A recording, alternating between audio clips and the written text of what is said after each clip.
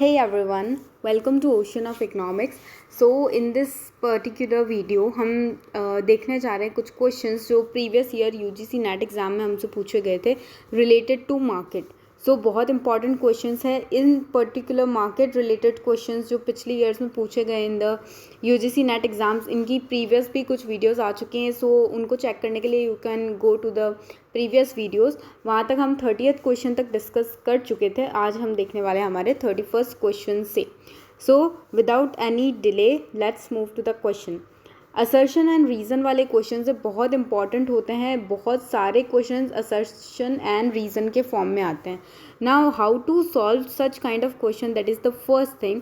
Assertion means a statement. Basically एक statement given होता है और उसी स्टेटमेंट के पीछे जो लॉजिक वर्क कर रहा होता है, वो जो रीज़न होता है जिसकी वजह से ये स्टेटमेंट चल रहा है, वो रीज़न के फॉर्म में गिवन होता है. हमें फर्स्ट ऑफ ऑल देखना होता है कि जो असर्शन है, फर्स्ट ऑफ ऑल वो असर्शन सही है या नहीं है. आफ्टर वॉचिंग दैट, मतलब इसको एक बार हम रीड करेंगे, वील सी असर्शन करेक्ट है या नहीं है. Okay, after that we'll see reason, क्या रीज़न करेक्ट है या नहीं है. आफ्टर चेकिंग कि अगर बोथ करेक्ट है तो उसके बाद में हमको देखना है कि क्या ये रीज़न इस असर्शन का रीज़न है या नहीं. स्टेटमेंट करेक्ट है वो ठीक है, बट क्या ये रीज़न इस असर्शन का रीज़न है या नहीं है. तो ये तीनों चीज़ें जो हमें यहाँ पे चेक करनी पड़ती है. So let's see. First of all, the imposition of sales tax does not affect the profit of the monopolist. monopolist कौन होता है? the person और the industry firm जो पूरे मार्केट में सिर्फ एक ही होती है ना. तो सिंगल फर्म जो होती है, सिंगल इंडस्ट्री जो है, इंडस्ट्री भी वही है, फर्म भी वही है, बिकॉज एक सिंगल फर्म है मार्केट में, तो वो कंडीशन होती है मोनोपोली की. ये बोल रहा है कि सेल्स टैक्स अगर हम लगा दें इस मोनोपोली जो इंडस्ट्री है उसके ऊपर, मोनोपोली जो फर्म है उसके ऊपर, तो इसका कोई इफेक्ट नहीं होगा मोनोपोली के प्रॉफिट पे. Is it correct? आप देखिए, जब एक मोनोपोली फर्म के ऊपर क्या लगता है, टैक्स लगता है, तो क्या होता है, वो ईजीली क्या करती है, मोनोपोली फर्म जो होती है वो ईजीली क्या करती है, उस टैक्स को किसके ऊपर शिफ्ट कर देती है, कंज्यूमर्स के ऊपर. किस फॉर्म में शिफ्ट कर देती है कि जो प्राइस होती है उसकी प्रोडक्ट की, उस प्राइस को इंक्रीज़ कर देती है ना. तो इंक्रीज प्राइस से जो एक्स्ट्रा पैसा भी इसके पास आ जाता है और ये अपना टैक्स का कलेक्शन उससे कर लेती है. अब ऐसा होता क्यों है? कंज्यूमर एक्स्ट्रा पैसे दे के ऊपर, मतलब इंक्रीज प्राइस देख के भी क्यों खरीद लेते हैं चीज़ों को? तो जस्ट रीज़न कि भाई एक ही फर्म है मार्केट में. मोनोपोली मतलब क्या? एक ही फर्म है. तो हमें अगर वो प्रोडक्ट खरीदना है तो हमें इसी के पास जाना पड़ेगा और कोई ऑप्शन ही नहीं है. यही एक इकलौता सप्लायर है इन द मार्केट, तो हमें इसी से लेना है. तो ये 10 रुपये में दे, 50 रुपये में दे या फिर 100 रुपीज़ में दे, लेनी है तो लेनी ही पड़ेगी वो particular commodity. So that is the reason कि ये क्या करता है, अपना सेल्स टैक्स जो है, जो कि इनडायरेक्ट टैक्स है, तो इनडायरेक्ट टैक्सेस को कंज्यूमर्स पे शिफ्ट कर देता है और इसलिए इसका जो प्रॉफिट होता है मोनोपोलिस्ट का, वो नॉट अफेक्ट नहीं होता है. तो असर्शन तो हमारी क्या हो गई, करेक्ट हो गई. आई होप आपको क्लियर है ये चीज़. रीज़न देखते हैं, रीज़न क्या है. The monopolist shift the burden of sales tax on the consumer. हाँ, ये स्टेटमेंट भी सही है. अभी जस्ट डिस्कस किया ना कि उसके ऊपर जो सेल्स टैक्स लगा, जो इनडायरेक्ट टैक्स लगा, उसने उसको कंज्यूमर्स पे शिफ्ट कर दिया. ये तो बिल्कुल करेक्ट है. अब देखो, क्या ये रीज़न जो है ये असर्शन का करेक्ट रीज़न है या नहीं है. असर्शन बोल रही है imposition of sales tax does not affect the profit of the monopolist. क्यों नहीं अफेक्ट करती? क्योंकि वो उसके सेल्स टैक्स को क्या करता है, कंज्यूमर्स के ऊपर शिफ्ट कर देता है. तो दोनों ही स्टेटमेंट करेक्ट है और ये रीज़न जो है ये इस असर्शन को भी जस्टिफाई कर रहा है. तो let's see the options here. Both A and R true. बिल्कुल सही है, दोनों चीज़ें सही है. ए मतलब असर्शन, आर मतलब reason, and R is the correct explanation of A. बिल्कुल सही, ए भी सही है, आर भी सही है, और आर जो है वो ए को करेक्टली एक्सप्लेन भी करता है. Okay, so A would be the correct answer. Next question will see here. Which of the following does not hold correct about the Demsetz view of concentration and monopoly power. देखो, Demsetz जो हैं वो एक economist है. इन्होंने monopoly power of और concentration जो है पावर का, उसके ऊपर अपने कुछ व्यूज़ दिए थे. अब देखिए क्या होता है, जब एक फर्म होती है मार्केट में, वही इंडस्ट्री है, वही फर्म है, मोनोपोली की कंडीशन है, तो इस केस में उसके पास पावर होती है, मार्केट की पावर.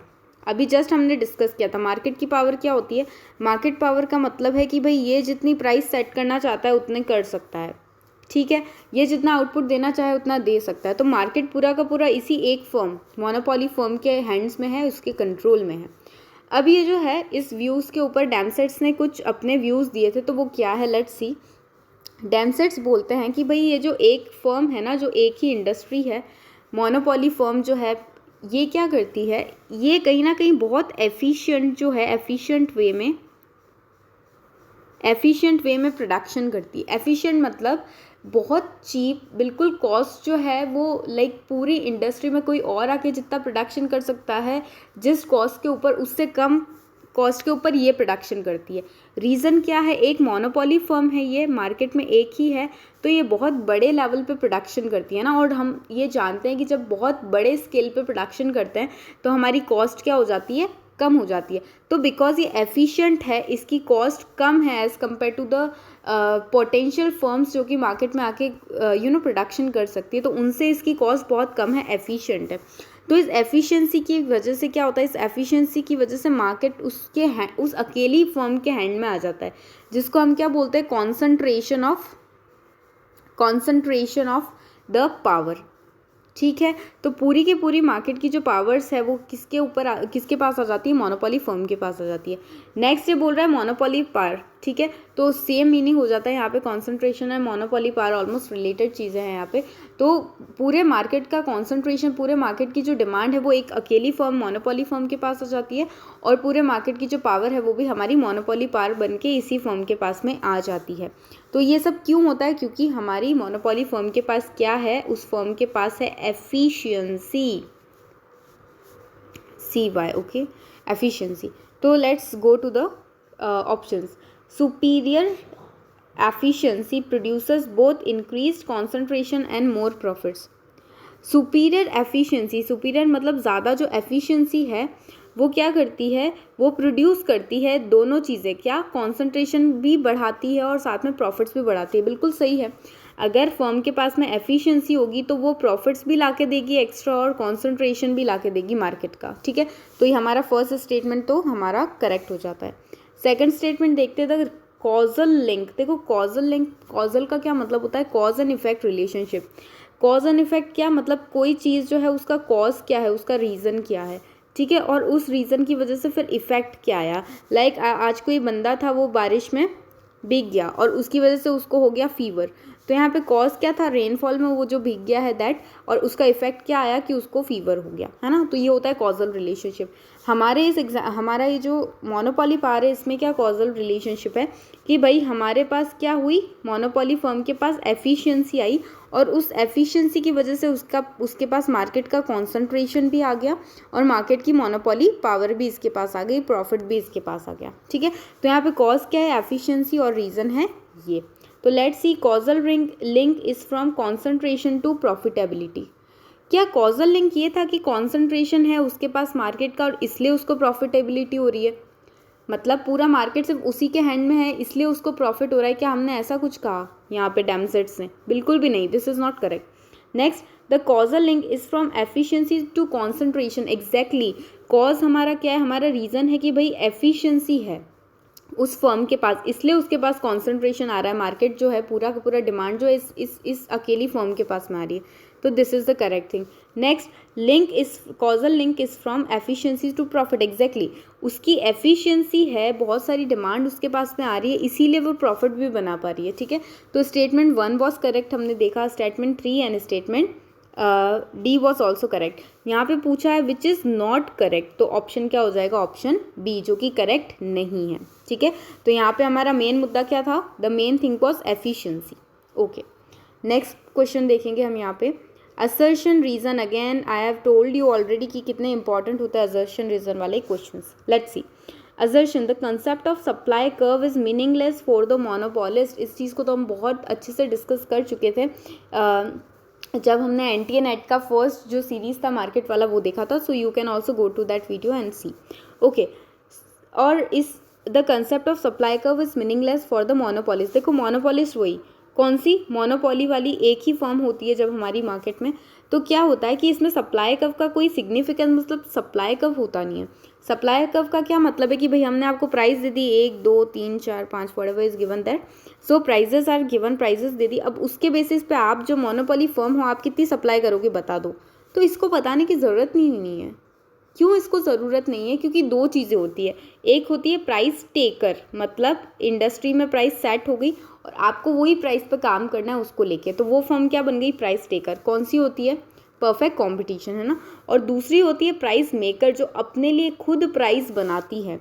तो इस केस में क्या मोनोपोली फर्म को कोई और प्राइस बना के देगा जो ये अब बताएगी बैठ के कि भाई मुझे इतनी इतनी इतनी सप्लाई करनी है? नो, ये monopoly firm in itself is a price maker. ये तो खुद ही प्राइस मेकर है, ये प्राइस अपने लिए खुद बनाएगी। तो इसके लिए कोई वो वाला कंसेप्ट नहीं है कि भाई हमें सप्लाई कर्व कितने पे हम कितना सप्लाई करेंगे, वो चीज़ ही अप्लाई नहीं होती, ठीक है। तो ये चीज़ जो है सप्लाई कर्व की, ये प्राइस टेकर के लिए बनती है, प्राइस मेकर के लिए नहीं बनती। और मोनोपोली क्या है? प्राइस मेकर है। अब इसका देखते हैं हम कॉन्सेप्ट क्या गिवन है। फर्स्ट थिंग तो करेक्ट थी। आगे देखो reason, monopolist are price setters. Setters मतलब वही खुद प्राइस सेट कर रहे हैं, खुद प्राइस मेक कर रहे हैं, तो मेकर बोलो सेटर बोलो एक ही बात है। It does not make reuse to ask what output they will produce at various prices. तो इस चीज़ का कोई सेंस नहीं है कि उनसे पूछा जाए कि आप कितनी प्राइस पे कितना आउटपुट दोगे, क्योंकि वो खुद ही प्राइस बना रहे हैं। हम उनसे नहीं पूछ सकते कि भाई आप इतनी प्राइस पे कितना आउटपुट दोगे। Okay, so that is the thing here. तो ये दोनों स्टेटमेंट करेक्ट हैं। विद दैट ये जो रीज़न गिवन है इसका, ये अभी जस्ट एक्सप्लेन किया, ये भी करेक्ट है। तो हमारा करेक्ट आंसर क्या हो जाएगा? Both A and R are true and R is the correct explanation of A. बिल्कुल करेक्ट है, A option would be the correct answer. Next question देखते हैं।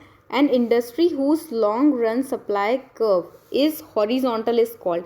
देखो लॉन्ग रन सप्लाई कर्व, ठीक है, लॉन्ग रन में हाँ करेक्ट, लॉन्ग रन में सप्लाई कर्व की बात हो रही है। 1 सेकंड।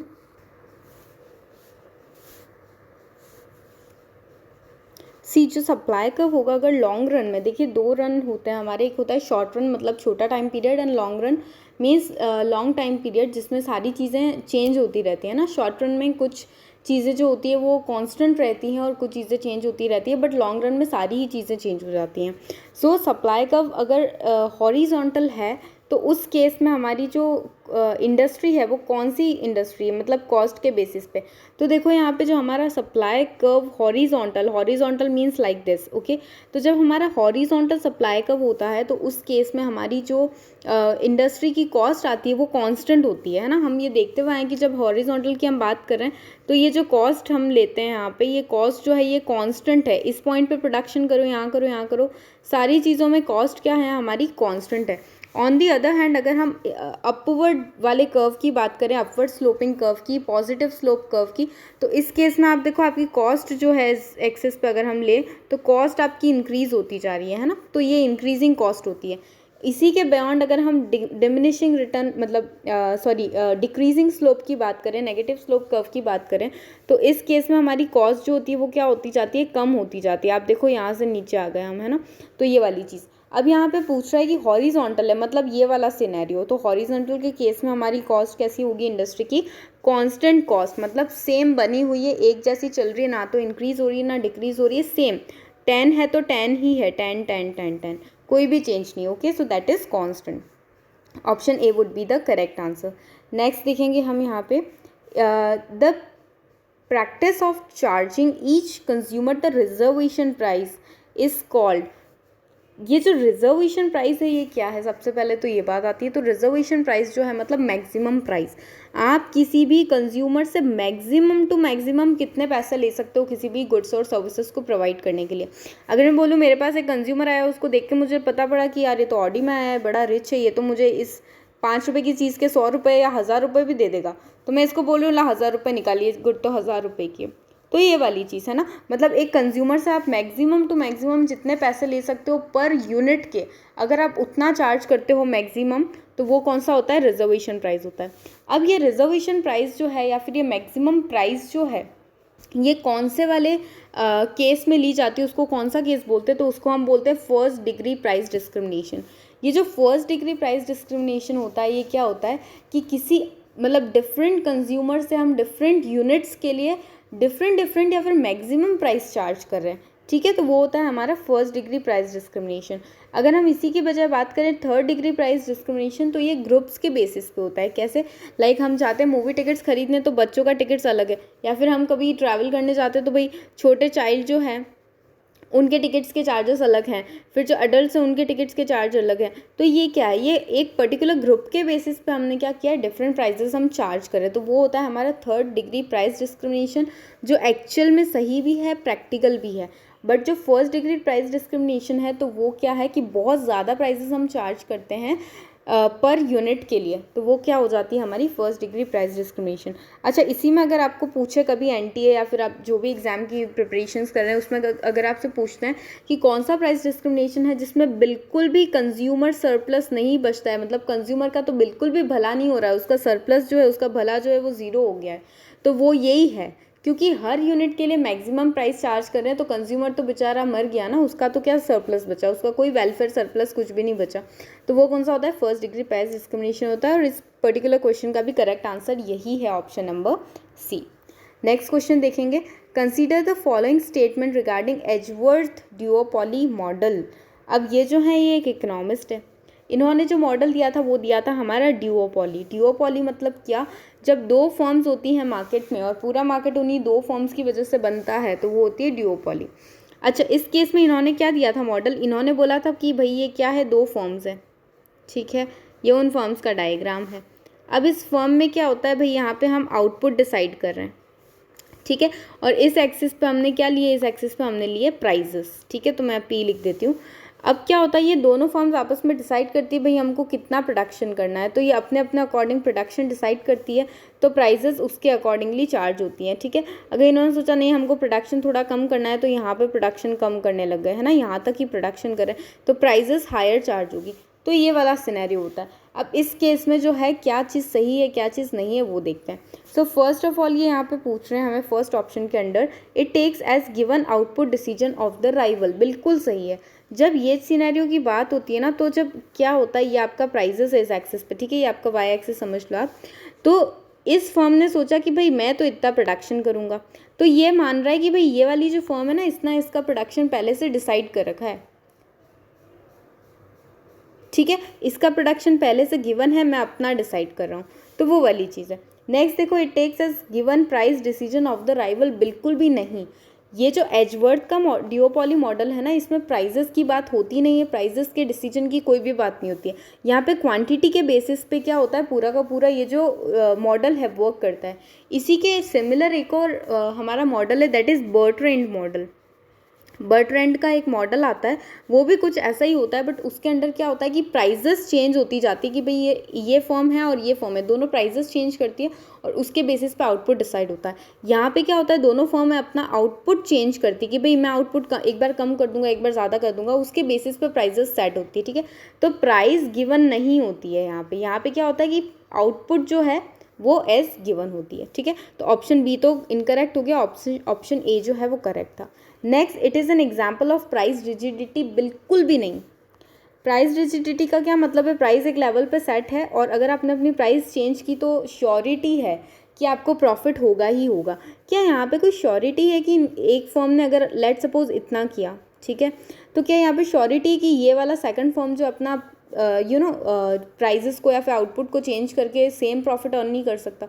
कोई भी रिजिडिटी नहीं। और प्राइजेस तो साथ के साथ बार बार चेंज होती जाती है। जैसे एक फर्म ने अपना आउटपुट कम किया, प्राइजेस इंक्रीज हो गई, दूसरे फर्म ने अपना आउटपुट इंक्रीज किया तो प्राइजेस चेंज हो गई। तो ये वाली चीज़ है। तो ये प्राइस रिजिडिटी यहाँ पे नहीं है एजवर्थ के मॉडल में। और एजवर्थ के मॉडल में प्राइस डिसीजन भी गिवन नहीं होता। क्या गिवन होता है? आउटपुट डिसीजन गिवन होता है। सो ऑप्शन 1 करेक्ट है। अब यहाँ पे देखिए, only statement 1 is true. Exactly option A would be the correct answer.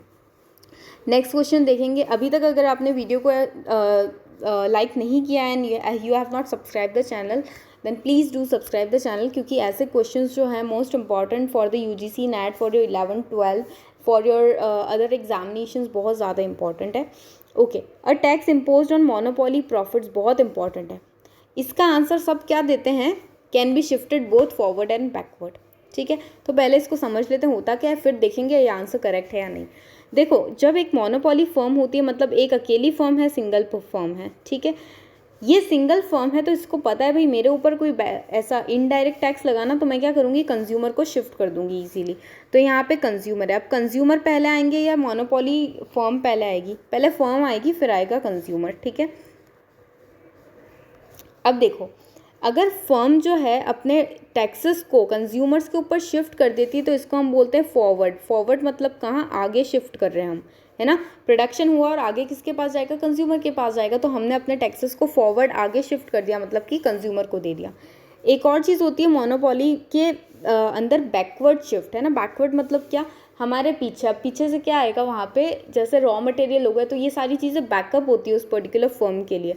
तो वहाँ से बैकअप के बेसिस पे क्या होती है कि जो रॉ मटेरियल होते हैं या फिर ऐसी कोई भी चीज़ें जो प्रोडक्शन प्रोसेस में यूज़ होंगी, वो अगर हम अपना टैक्स किसी भी वे में उन पे शिफ्ट कर पाते हैं, या फिर जो हमारे एम्प्लॉयज़ होते हैं, एम्प्लॉयज़ भी क्या करते हैं, प्रोडक्शन बनाने में कंट्रीब्यूट करते हैं, तो हमने उनकी सैलरी कम कर दी। तो ऐसा कुछ भी करके किया तो हमने ये वाला पीछे जो लोग हैं ना सपोर्ट के लिए, बैकअप जो है, उनके ऊपर टैक्स का बर्डन डाल दिया। तो ये जो रॉ मटेरियल एम्प्लॉयज़ या फिर जिनके भी बेसिस पे प्रोडक्शन बनता है उस पर अगर हम टैक्स का बर्डन डालते हैं तो वो होता है बैकवर्ड शिफ्ट, और कंज्यूमर्स के ऊपर डालते हैं तो वो होता है फॉरवर्ड शिफ्ट। अब देखो, ये सीधा सीधा पूछ रहा है मोनोपोली प्रॉफिट। जब मोनोपोली प्रॉफिट मतलब प्रॉफिट के ऊपर टैक्स लग रहे हैं एक फर्म के, तो क्या वो उसके इनडायरेक्ट टैक्सेस होते हैं? बिल्कुल भी नहीं, वो होता है उसका डायरेक्ट टैक्स, ठीक है। डायरेक्ट टैक्स क्या होता है कि भाई आप खुद जाके गवर्नमेंट को अपने हाथ से दे रहे हो कि ये लो गवर्नमेंट मेरा टैक्स, वो होता है डायरेक्ट टैक्स। ये प्रॉफिट टैक्स जो होता है ये डायरेक्ट टैक्स के नेचर का होता है, ठीक है। क्योंकि जैसे मैं बोलूँ मेरी फर्म है और मेरे प्रॉफिट के ऊपर टैक्स लगा, तो मैं खुद लायबल हूँ ना उस टैक्स को डायरेक्ट पे करने के लिए गवर्नमेंट को, तो ये मेरा डायरेक्ट टैक्स बन गया। डायरेक्ट टैक्स को कोई भी फर्म आगे या पीछे, फॉरवर्ड बैकवर्ड कहीं भी शिफ्ट नहीं कर सकती, ठीक है। वो पैसा उसको खुद को अपनी जेब में से, अपने बैंक अकाउंट में से, अपने प्रॉफिट के जो भी है उसका पूल, वहाँ से उसको खुद को पे करने पड़ते हैं, ठीक है। तो वो इस चीज़ को शिफ्ट नहीं कर सकती। तो ये चीज़ हमेशा याद रखना, इनडायरेक्ट टैक्सेस जो है वो शिफ्ट हो सकते हैं बट डायरेक्ट टैक्सेस शिफ्ट नहीं हो सकते। लाइक एग्जांपल एक और दूँ तो इनकम टैक्स, किसको बोलो भाई मेरी इनकम पर टैक्स लगा, आप पे कर दो, कौन करेगा? आप करोगे? मैं करूँगी? ऑब्वियसली मैं करूँगी, है ना। आप तो क्यों करोगे? So that is the thing कि इन जो डायरेक्ट टैक्सेस है वो शिफ्ट नहीं होते। तो option D would be the correct answer, can not be shifted. गलत मत करके आना इसको कभी भी। ओके, लास्ट सेकंड क्वेश्चन है अब हमारा। ओके, बहुत बड़ा लग रहा है यहाँ से। चलिए, between the two situations for a firm, क्या है बता दो। Firm profit maximisation and sales revenue maximisation. पहले तो इसी को समझ लेते हैं। देखो, हर इंसान का ना व्यू पॉइंट अलग होता है, वैसे ही हर फर्म का भी व्यू पॉइंट जो है डिफरेंट होता है। कोई फर्म ऐसी हो सकती है जिसका एक ही काम हो, क्या करना, प्रॉफिट को मैक्सिमम करना। मेरा प्रॉफिट 100 है, उसको 1000 कैसे बनाऊँ, 1000 है 1 लाख कैसे बनाऊँ, 1 लाख है 1 करोड़ कैसे बनाऊँ। उसका काम है प्रॉफिट मैक्सिमाइजेशन। लोगों को अच्छी क्वालिटी मिल रही है गुड सर्विसेज की, कोई लेना देना नहीं है। हम प्राइसेस बहुत ज़्यादा चार्ज कर रहे हैं, कोई लेना देना नहीं है। हम कई लोगों का वो तो नहीं कर रहे हैं, मतलब क्या हो सकता है, एक्सप्लॉइटेशन तो नहीं कर रहे हैं, कोई लेना देना नहीं है। उसका एक ही काम है कि प्रॉफिट को मैक्सिमाइज करना। तो ऐसी फर्म भी हो सकती है बिल्कुल। दूसरी है सेल्स रेवेन्यू मैक्सिमाइजेशन, मतलब हमारे प्रोडक्ट को सेल करके जो हमें रेवेन्यू मिल रही है तो वो उसको हमको मैक्सिमाइज करना है कि हम ज़्यादा से ज़्यादा सेल करें, है ना।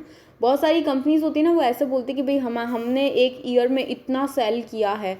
तो उनका मेन वो होता है एम कि हम सेलिंग बहुत ज़्यादा करें, है ना। तो वो वाली चीज़ है। तो ठीक है, अलग अलग लोग होते हैं। अब आगे देखिए क्या बोल रहा है। आगे बोल रहा है कि the equilibrium for a profit maximiser as compared to the sales revenue maximiser takes place at, कि जो प्रॉफिट मैक्सिमाइजर फर्म है उसका इक्विलिब्रियम कहाँ होता है इसके कंपेयर में, किसके, सेल्स रेवेन्यू मैक्सिमाइजर के कंपेयर में। तो इतनी बड़ी रामायण इन्होंने यूं ही घुमा के दी है। एग्जैक्टली पॉइंट इनका ये है कि प्रॉफिट मैक्सिमाइजर जो फर्म होती है जिसका मेन एम है कि वो प्रॉफिट को मैक्सिमाइज करें, उस वो इक्विलिब्रियम उसका कहाँ पे आता है, बस इतनी सी चीज़ पूछ रहा है, ठीक है। अब देखते हैं कहाँ पे आता है, पूछ रहे हो तो बता देते हैं। देखिए, लार्जर आउटपुट लोअर प्राइस, मतलब आउटपुट तो हम ज़्यादा देंगे, हम मार्केट में सेल तो ज़्यादा करेंगे, बट हम जो प्राइस है उसको कम रखेंगे। कोई प्राइस को कम रख के अपना प्रॉफिट मैक्सिमाइज कर सकता है क्या? खुद सोचिए, बिल्कुल भी नहीं, हट जा, गलत है ये ऑप्शन, ठीक है। Next, lower output and higher price, बिल्कुल सही लग रहा है ये तो। मतलब हम आउटपुट देंगे आपको सिर्फ एक, या 2 या 3 या 10 व्हाटएवर, मतलब कम आउटपुट देंगे हम आपको, सेलिंग हम कम करेंगे, बट हम प्राइस आपसे बहुत ज़्यादा लेंगे, 8-10 ज़ीरो लगा देंगे इसके पीछे, तो इस केस में हो जाएगा ना इनका प्रॉफिट मैक्सिमाइज। कम से कम आउटपुट देना और ज़्यादा से ज़्यादा प्राइस लेना, ये कौन करता है? ये वो करता है जिसको अपना प्रॉफिट सबसे ज़्यादा इंक्रीज करना है, ठीक है। तो option B would be the correct answer here. Last option of this video, sorry last option नहीं, लास्ट क्वेश्चन। चलिए क्या बोल रहा है, which of the following measures monopoly power, here symbols have their usual meanings, ठीक है। आ जाओ फिर से, क्या बोल रहा है मोनोपोली पावर। देखो मोनोपोली पावर का ये मतलब होता है कि मार्केट कैप्चर करने की कितनी पावर है, ठीक है। मार्केट में इनकी कितनी चलेगी किसी फर्म की, तो जितनी ज़्यादा उसकी चलेगी उतनी ज़्यादा मोनोपोली पावर होगी। और इस मोनोपोली पावर को देखने का एक फॉर्मूला है जो क्या बोलता है, भाई आपकी प्राइस जितनी है, ठीक है, आपके प्रोडक्ट की जो प्राइस है उसमें से हटा दो आपकी क्या, marginal revenue, one second, price minus M R. अब हमें पता है कि एम आर और एम सी दोनों इक्विलिब्रियम में सेम रहते हैं ना, तो कभी कभी आपको एम आर और एम सी दोनों में से कुछ भी यहाँ पे मिल सकता है in the formula, okay. And one second, P minus M R मतलब मार्जिनल रेवेन्यू और प्राइजेस में जो डिफरेंस है अपॉन प्राइस, प्राइस के कंपेयर से, तो वो हमारी क्या बताती है, मोनोपोली पावर हमको बताती है, ठीक है। अब एक और चीज़ देखिए, यहाँ पे P कहीं भी गिवन नहीं है, आपको दिख रहा है कहीं पे P गिवन है, बिल्कुल भी नहीं गिवन है। तो ये चीज़ हमको पता होनी चाहिए कि प्राइस और एवरेज रेवेन्यू क्या होती है, इक्वल होती है, सेम चीज़ें होती हैं, ठीक है। एवरेज रेवेन्यू क्या मतलब कि अगर आपने 10 यूनिट का प्रोडक्शन किया है तो 10 यूनिट के बेसिस पे आपने 1 यूनिट का कितना पैसा चार्ज किया ना, तो वो भी आपको वही बताएगा कि एक मतलब टोटल प्रोडक्शन के अंदर अगर आपने जो प्राइस चार्ज किए तो पर यूनिट जो प्राइस है वो क्या है। तो एक्चुअल में एवरेज रेवेन्यू और प्राइस दोनों क्या होते हैं, इक्वल होते हैं, आप खुद करके भी देख सकते हो। तो ये दोनों चीज़ें यहाँ पे सेम होती है, तो यहाँ पे P लिखें या फिर AR लिखें एक ही बात है। तो इस बेसिस में यहाँ पे करेक्ट आंसर क्या बन जाएगा आपका, ऑप्शन नंबर ए, मतलब AR minus MR upon AR। तो ये हमें क्या बताता है, ये बताता है हमें मोनोपोली पावर। तो करेक्ट ऑप्शन बन जाएगा option number A. That's it for the video. We'll meet in the next video. Till then, please like the video and subscribe the channel for more videos like this. Thank you so much. Keep watching Ocean of Economics.